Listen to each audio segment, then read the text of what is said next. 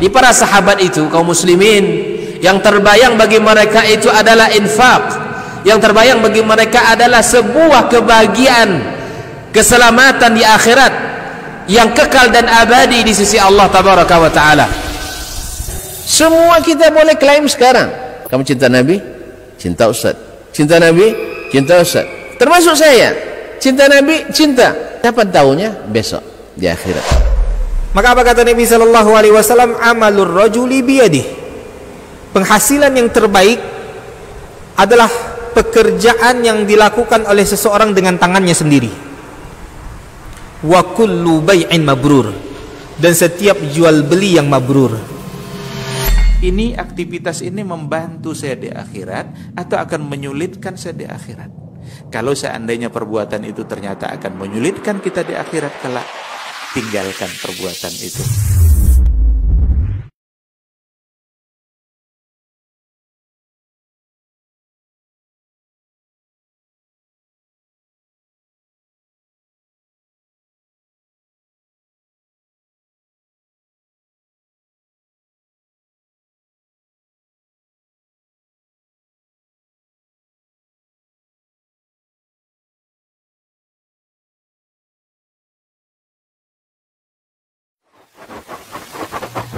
Barometer amal kita saleh tak salehnya di salat kita. Bila salat kita ikhlas dan sesuai dengan sunnah Nabi SAW, maka insya Allah amalan yang lain mengikuti. Ini aktivitas ini membantu saya di akhirat atau akan menyulitkan saya di akhirat? Kalau seandainya perbuatan itu ternyata akan menyulitkan kita di akhirat kelak, tinggalkan perbuatan itu. Anta ni'mal jund. Kamu adalah sebaik-baik prajurit. Coba lihat. Kamu adalah sebaik-baik prajurit. Maka tujuannya adalah menghancurkan kehidupan rumah tangga. Fid dunya, di dunia, wa adzabun fil akhirah atau fil ukhra, dan menyebabkan azab di akhirat. Ma'asyiral kiram rahmati Allah Subhanahu wa taala.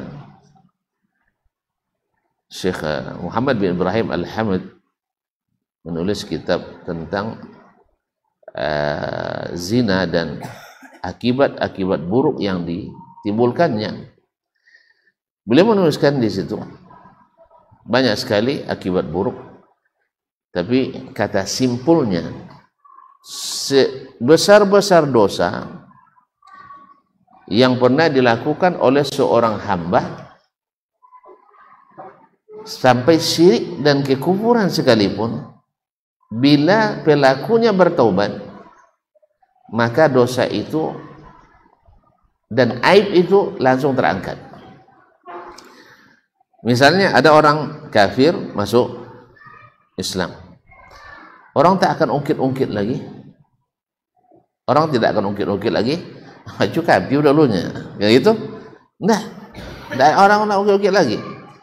Kalau misalnya ada orang nak menikah, masuk Islam dia, dinikahkan enggak? Hah? Orang kafir masuk Islam, habis itu nak menikah dengan orang Islam, dinikahkan enggak? Diungkit-ungkit lagi. Buang petang kafir lah nak masuk Islam, kena nikah lagi orang Islam, enggak ada lagi. Bahkan kadang pas nikahnya itu masuk Islam. Dan itu biasa. Dan itu biasa. Misalnya si Abu Talha radhiyallahu ta'ala ingin menikah dengan Ummu Sulaim, ibunya Anas bin Malik. Ya, Abu Talha seorang yang seorang yang mulia, seorang yang punya ketokohan di Madinah di kalangan Ansar. Kata Ummu Sulaim, seperti abang ini tidak bisa ditolak pinangannya. Ya, kalau beliau itu melamar susah untuk ditolak. Apa sebab? Punya nama baik dan juga punya perangai baik. Bapiti juga ya. Saudara bapiti perangai elok pula, dihormati. Jadi misluka la yurad. Walakinaka la tahillu li. Cuman kamu belum halal untuk saya. Saya tidak, kamu belum halal untuk saya. Tapi kalau kamu masuk Islam, iza aslamta, kalau kamu masuk Islam, maka saya cukup maharnya dengan kamu masuk Islam. Dengan cukup dengan maharnya dengan dia masuk Islam. Subhanallah. Dan itu disahkan oleh Nabi alaihissalatu wassalam. Jadi masuk Islam untuk menikah. Tidak ada orang bilang mamak-mamaknya, woi, orang kafir punya petangnya. Tidak diungkit lagi karena dia sudah asyhadu an la ilaha illallah wa asyhadu anna Muhammadar Rasulullah. Dan itulah disebut dengan apa namanya, sebaik-baik mahar dalam Islam.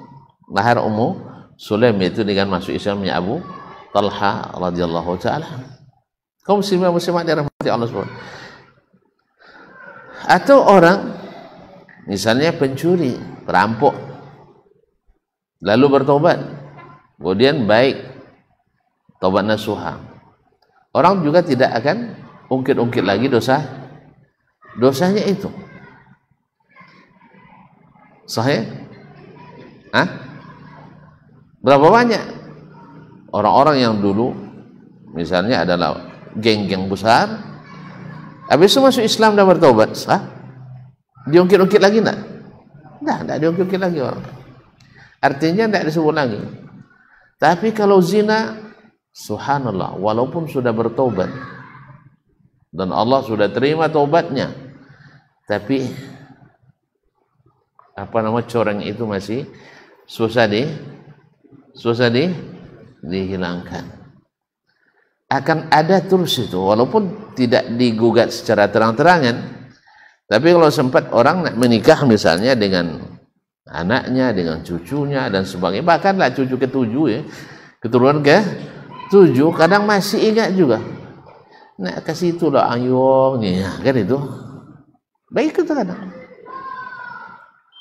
Jadi dosa zina, hinanya kalau dosa lain mungkin hanya pada pribadi yang melakukan. Jadi kalau zina sampai kepada seluruh keluarga, bahkan sekampung. Kalau dulu masih di masa-masa dulu, kalau ada orang berzina di kampung dah punya uang. Kan kalau cuma ada rasa hina bagi orang kampung itu. Makanya orang-orang yang berzina di kampung dulu disuruh dia pergi, disuruh keluar dari kampung, diusir. Ataupun kalau tidak dia mau diusir, dia sendiri yang pergi. Dia tahu sebab ini aib.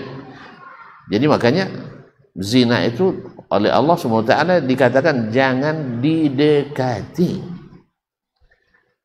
Makanya kaum muslimin dan muslimat dirahmati Allah, ini khususnya bagi para aparat RT, RW, lurah, kepala desa yang di sekitarnya ada, khususnya anak-anak muda yang kos misalnya, kan ada kos-kosannya ya, mahasiswa, mahasiswi.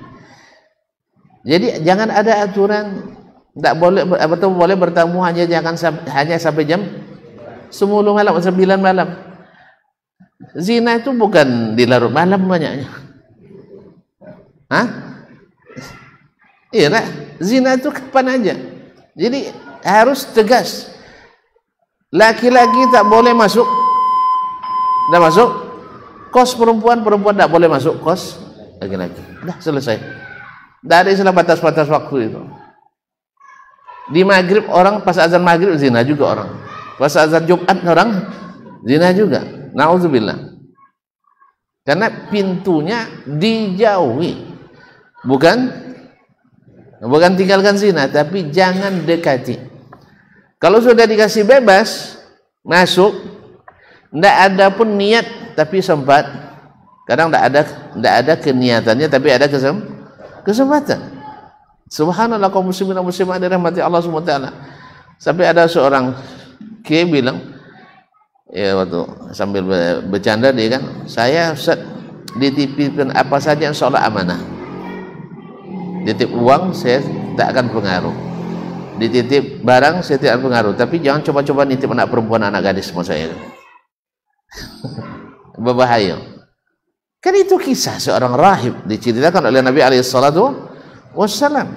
Nah, ada 3 orang pemuda yang hendak pergi berjihad. Mereka punya seorang adik perempuan yang gadis. Akhirnya dititip sama ustaz ahli ibadah. Dititip di tempat ahli ibadah. Bayangkan. Dan dia awal-awalnya menjaga. Tidak serumah, bukan di satu kamar, dia bukan. Rumahnya terpisah.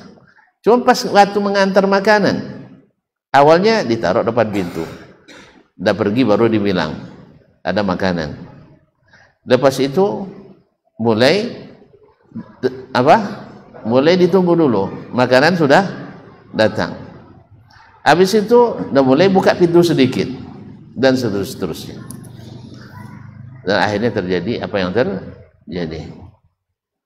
Apa yang terjadi? Hamil, kemudian dibunuhnya. Akhirnya dia sendiri juga akhirnya jadi korban. Jadi kaum muslimin dirahmati Allah, maka bahasa beliau adalah wajtinabuz zina min akhlaqil fudala wa muwaqa'atuhu 'arun fid dunya, hina di dunia, wa azabun fil ukhra, dan azab di akhirat. Dan ini yang harus selalu dipesankan sebenarnya pada anak-anak kita, baik laki-laki maupun perempuan, ketika akan meninggalkan rumah menuju tempat nak pergi belajar, nak pergi berusaha, nak pergi bekerja.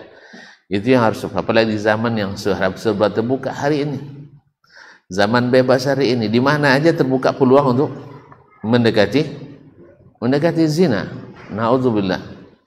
Kadang-kadang juga sebagian,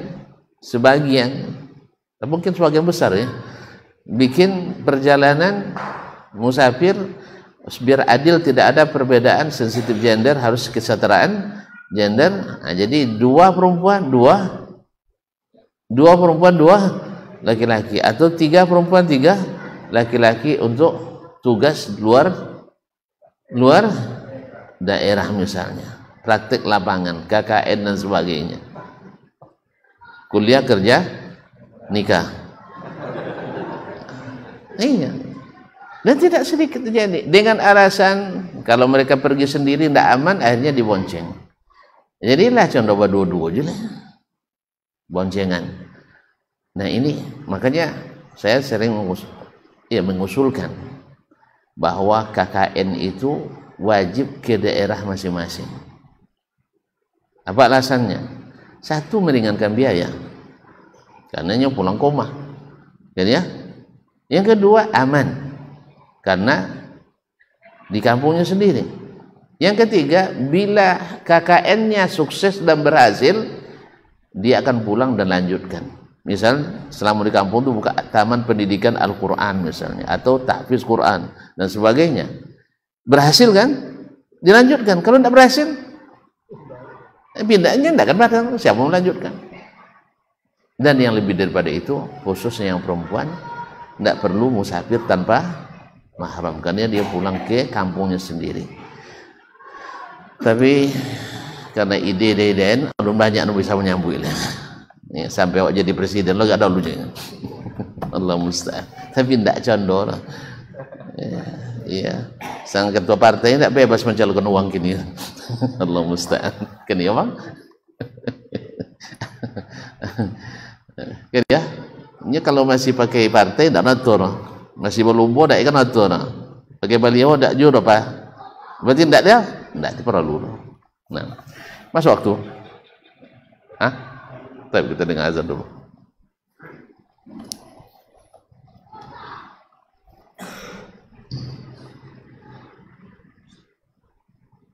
Allahu Akbar, Allahu Akbar. Allahu Akbar. Allahu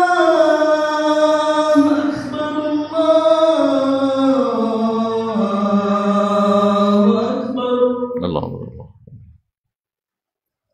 Asyhadu an la ilaha illallah.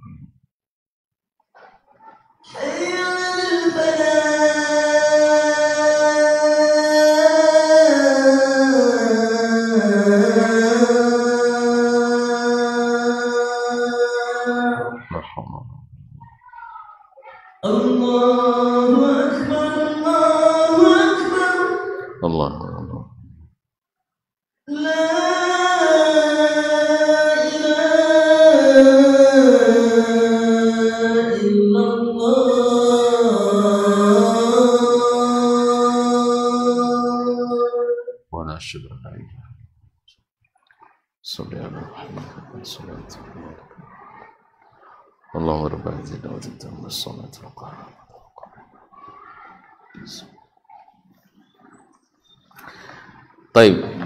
Kemudian beliau melanjutkan, qala ta'ala atau qala Allah Ta'ala, wala taqrabuz zina. Janganlah kamu mendekati zina. Segala sebab yang membuat kita melakukannya dijauhkan. Termasuk tadi sudah katakan ikhtilat, khalwat, kemudian bacaan-bacaan, tontonan-tontonan, aksi-aksi, termasuk kegiatan-kegiatan. Ya, kegiatan-kegiatan sekarang masya Allah kegiatan ya sudah banyak yang mendekati porno aksi. Kadang ibu-ibu, khususnya di di musim-musim apa namanya nih, dirgahayu kemerdekaan. Kadang berlebihan ibu-ibu ikut panjat pinang pula. Laki-laki cuma ayam lagi ibu. Ada lagi lomba menggendong istri. Ibu-ibu main bola pakai daster. Pakai daster. Yang kan main bola pakai daster, lewat depannya pakai daster, dan lain bayangannya. Jadi kalau nak buat permainan, buat, tapi jangan mengandung unsur kemaksiatan. Belum lagi acara-acara sampai malam-malam hari mengumpulkan orang ramai, orang-orang yang laki-laki perempuan. Nasallallahu alaihi wasallam. Ini semuanya adalah perkara-perkara yang mendekati zina. Mendekati zina.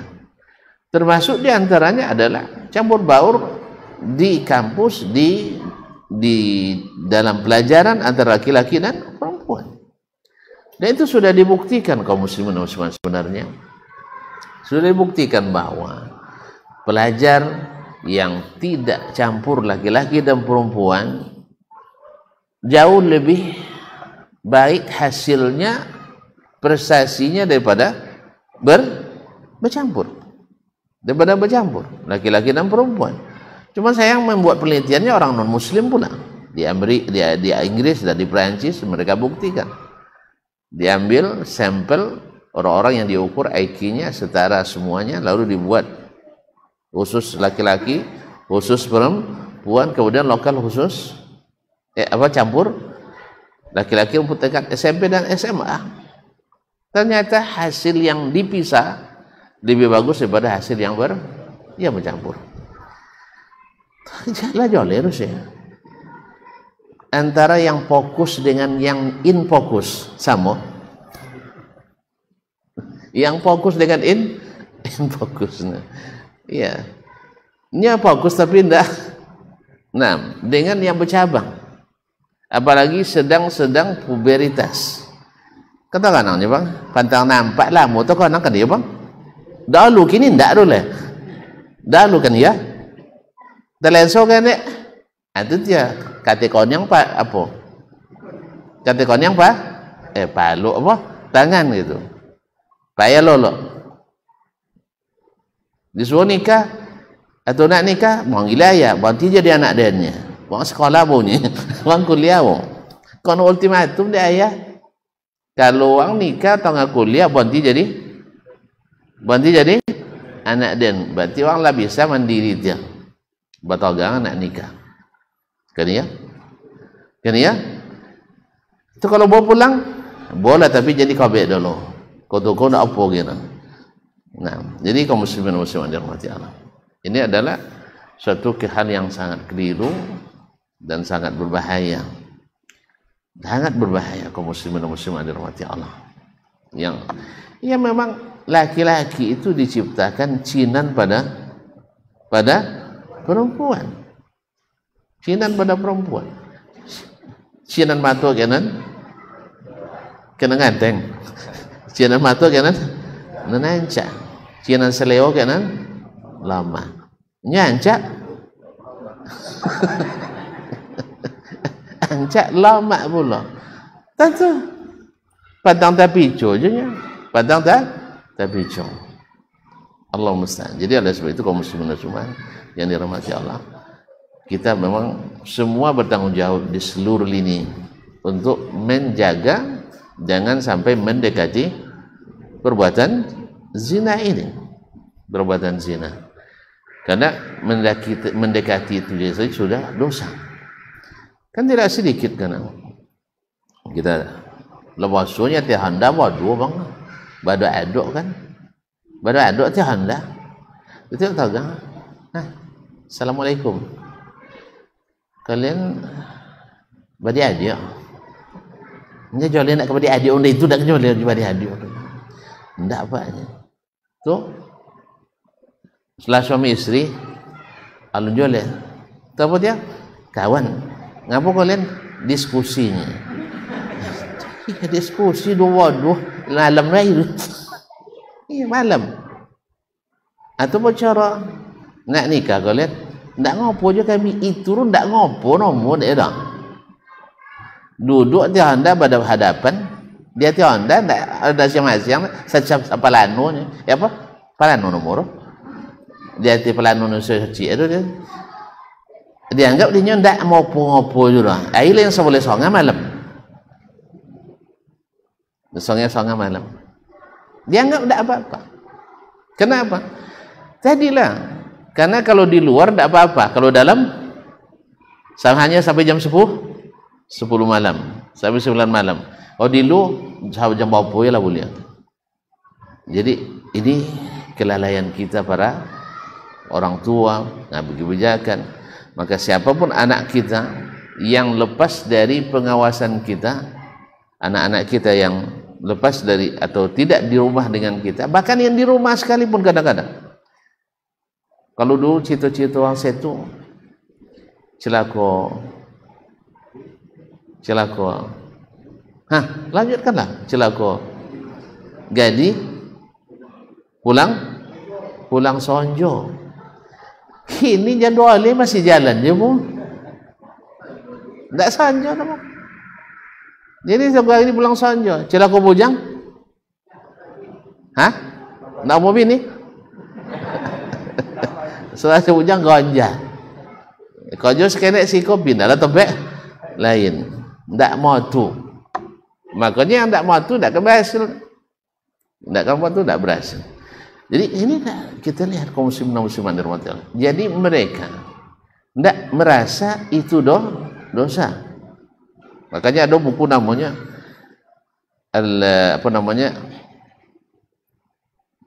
judul bahasa Indonesianya dosa-dosa yang dianggap biasa. Dia dosa-dosa yang dianggap biasa. Ini dosa tapi dianggap biasa. Jadi kalau awak tagang, awak manang belalang ke awak. Belalang ke awak. Itu di Cendera Sungai Hijau. Awak baca sampai longang nawa juang sana. Baca sampai longang sana nawa juang. Kawasan mahasiswa aja di situ. Banang badua. Banang badua. Itu tengok. Tidak ditengok. Lah salah juga ditengok. Salah juga. Ini tak masuk di tweet lah. Kalau di mana? Di Pokan mahasiswa. Ini tanya mahasiswa mana bagi buat kat warga kan. Nah. Ya. Nasang ten ulak tan sang ten ni mudiak tan rumah. Tu dapat dia adik kalian lah. Jolen tak kan pada adik orang. Jolen tak kan pada adik. Lah suami isteri. Adun leh. Apa tak bisa kalian banang berdua? Dia terinspirasi dengan berdua dia teban. Kan banyak juga itu berdua dia teban rumah ya. Itu masalahnya. Lah biasa. Dia. Tu cara amo kali nikah kini dan embon KUA-nya dah. Ya, mana kampung dan embon KUA kampung Waang tu.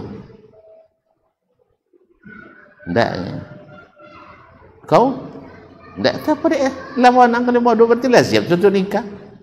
Kalau mahar dan mayunnya, tapi jelas dia sudah seperangkat lah solatnya. Kalau habis seperangkat rumah tangga dia nikah lah bang.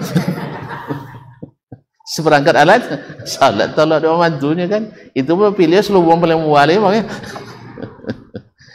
Ini kaum muslimin dan muslimat dirahmati Allah sampai gitu.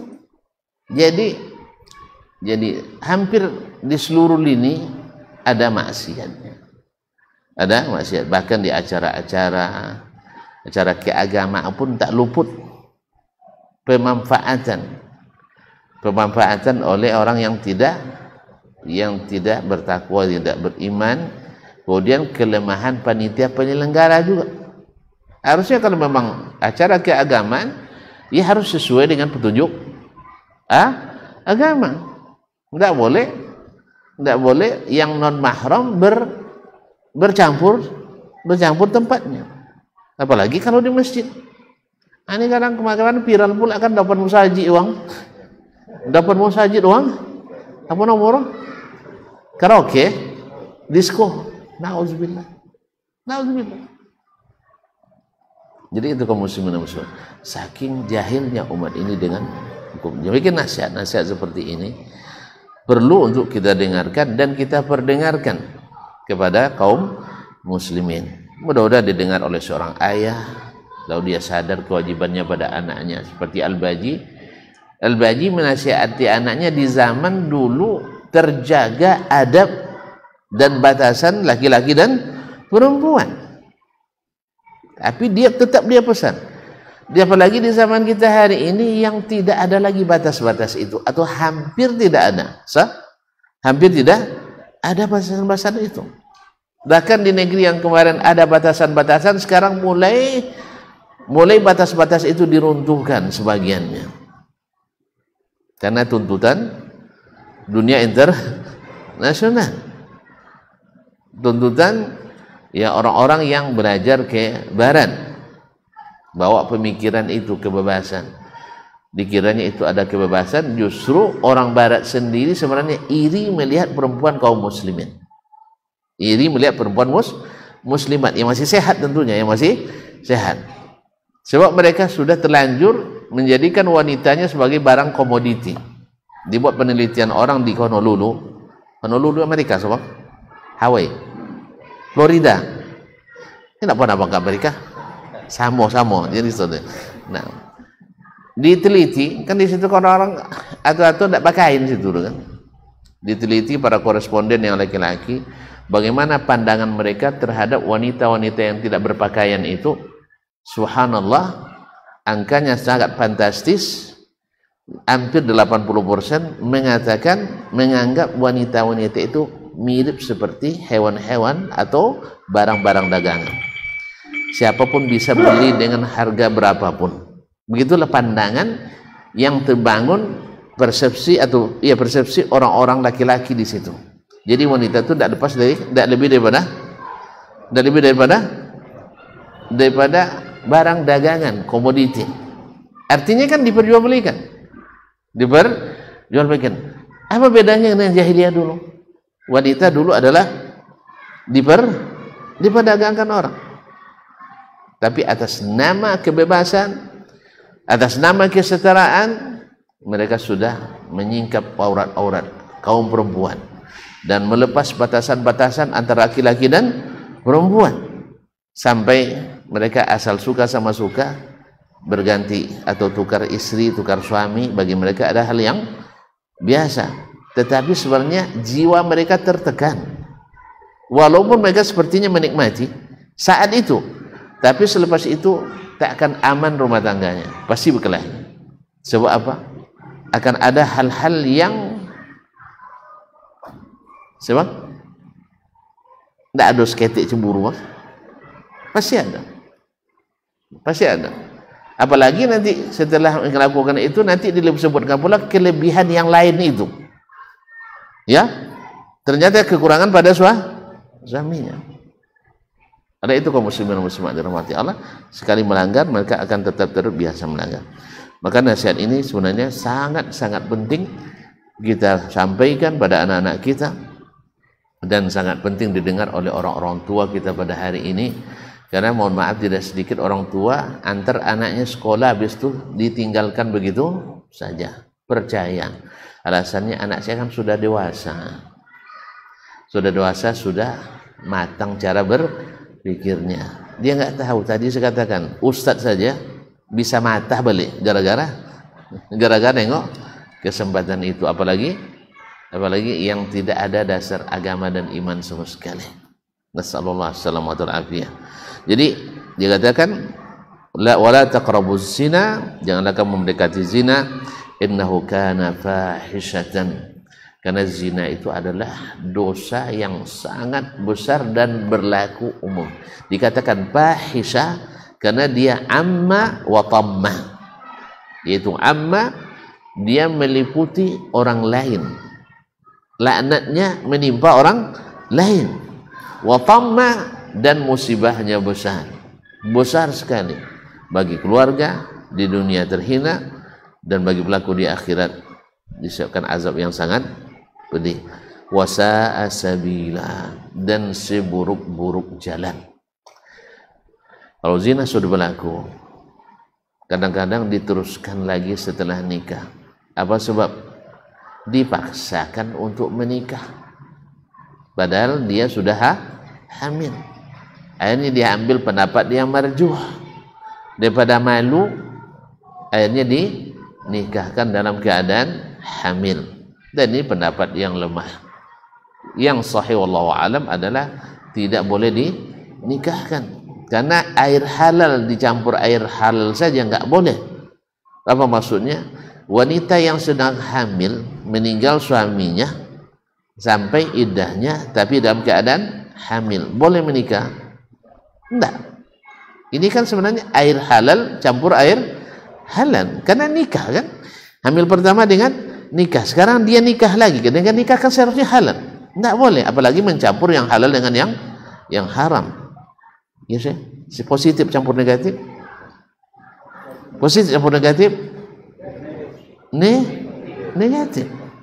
Jadi hal itu kaum muslimin dan muslimat jangan nikahkan, tapi berapa banyak dinikahkan, yang kemudian nanti datang lagi dosa lain. Anak pertama hasil zina ternyata perempuan pula. Kemarin karena sudah dinikahkan waktu hamil, tentu yang terbayang orang ini anak aslinya, sah? Kan anak dia. Pas sudah besar anak perempuannya dilamar orang, walinya siapa? Ayah zina. Akhirnya dinikahkan oleh wali yang tidak sah. Anda Allah mau nyoba setinggi pula lah nikah dan tak lu nyanyinya. Iya nikah cuman lah hamil. Ini anak bukan anak Anda. Bukan anak Anda. Tidak boleh menikahkan. Akhirnya zina pertama melahirkan zina keturunan selanjutnya. Nah, itu sudah itulah anak lo, anak lah bercucu lo situ, bawa tanya, Ustaz Bapak coro Ustaz, anak dulu ya, nikahnya anak zina dulu, makan panjang situ ada. Ini Ustaz Nempon yang kadang jawab dah. Iya, akhirnya kaum muslimin semua, ini nasihat ini perlu untuk selalu diingatkan pada anak-anak kita. Sebab kalau sudah berlaku, sudah terjadi, buruknya berlaku umum dan general. Kemudian azabnya besar. Kemudian akibat-akibat yang timbul, ekses daripada zina itu akan berkelanjutan pada keturunan selanjutnya. Kalau tidak diselesaikan dengan kesatria, dengan fair, dengan kejujuran. Karena kan orang tidak berani. Kan dinikahkan hamil karena takut malu itulah. Akhirnya karena takut malu, besok pas menikah anaknya malu juga dia untuk mengatakan. Padahal sebenarnya bisa aja dibuat modus. Pas anaknya menikah pergi merantau ke Malaysia kan. Misal kan, tidak dapat tiket pulang, nah akhirnya diwakil, nah, wali hakim menikah, misal lah, pandai-pandailah kan, nah, jadi tak baju dosa nah, atau suruh adiknya sendiri, awaklah tua tidak tahu pedenya buiknya, apalagi nama calon suami panjang lah kan, 5 kata lah kan, ya kan bertitel lagi, profesor, doktor, insinyur, MSc kan misalnya, nah, diserahkan pada yang lain, kan boleh kan? Ya memang wajib sebenarnya. Nah, cuman itulah kadang-kadang karena takut malu, karena kemarin ditutupi dengan kesalahan, sekarang juga ditutupi dengan kesalahan baru. Makanya kebijakan kompilasi hukum Islam yang membolehkan orang hamil menikah, sebenarnya latar belakangnya diantaranya yang saya ketahui adalah kodok dulu Pak KUA dibuang doang. Inilah wazina hendak dipasok KUA menikahkan deh. Nah, jadi pada kono ancam tahu KUA, akhirnya dibuat kompilasi hukum Islam yang hamil boleh dinikahi oleh yang menghamili. Padahal itu adalah perkataan yang marjuh, perkataan yang lemah. Wallahul musta'an. Akhirnya jadi dasar hukum, siapapun yang hamil lalu diminta pertanggungjawabannya, mau menikah, akhirnya dinikahkan. Besok lahir anak perempuan, lahir dia pula jadi wali karena dianggap sah tadi. Padahal dia bukan wali yang sah. Wallahu musta'an. Makanya dusta sekali akan melahirkan dusta-dusta yang lain. Bikin masalah di pertama tidak diselesaikan akan melahirkan masalah lain. Nah, nasihat atau wasiat Al-Baji ini sangat sesuai di zamannya, apalagi di zaman kita hari ini. Wallahul musta'an wa alaihi tuklan. Mudah-mudahan yang sedikit ini bermanfaat bagi kita, dan sampai jumpa kembali pada pertemuan yang akan datang. Baik, saya tutup aja lah sampai sini ya. Tadi janjikan sebentar cuma itu ya. Terima kasih. Wallahu taala alam. Wassallallahu ala nabiyyina Muhammadin wasallam. Wassalamualaikum warahmatullahi wabarakatuh.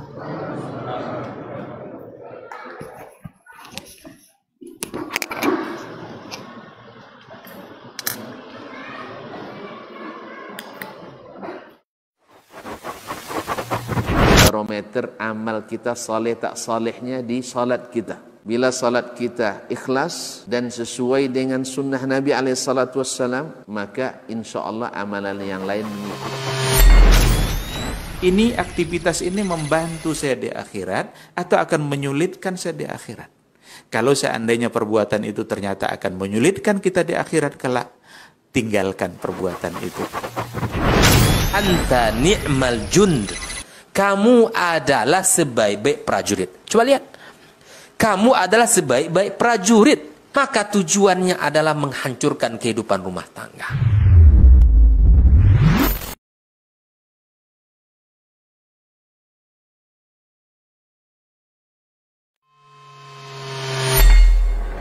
Di para sahabat itu, kaum muslimin, yang terbayang bagi mereka itu adalah infak. Yang terbayang bagi mereka adalah sebuah kebahagiaan, keselamatan di akhirat yang kekal dan abadi di sisi Allah Tabaraka wa Ta'ala. Semua kita boleh klaim sekarang. Kamu cinta Nabi? Cinta Ustaz. Cinta Nabi? Cinta Ustaz. Termasuk saya. Cinta Nabi? Cinta. Kapan tahunya? Besok. di akhirat. Maka apa kata Nabi sallallahu alaihi wasallam? Amalur rajuli biyadih. Penghasilan yang terbaik adalah pekerjaan yang dilakukan oleh seseorang dengan tangannya sendiri.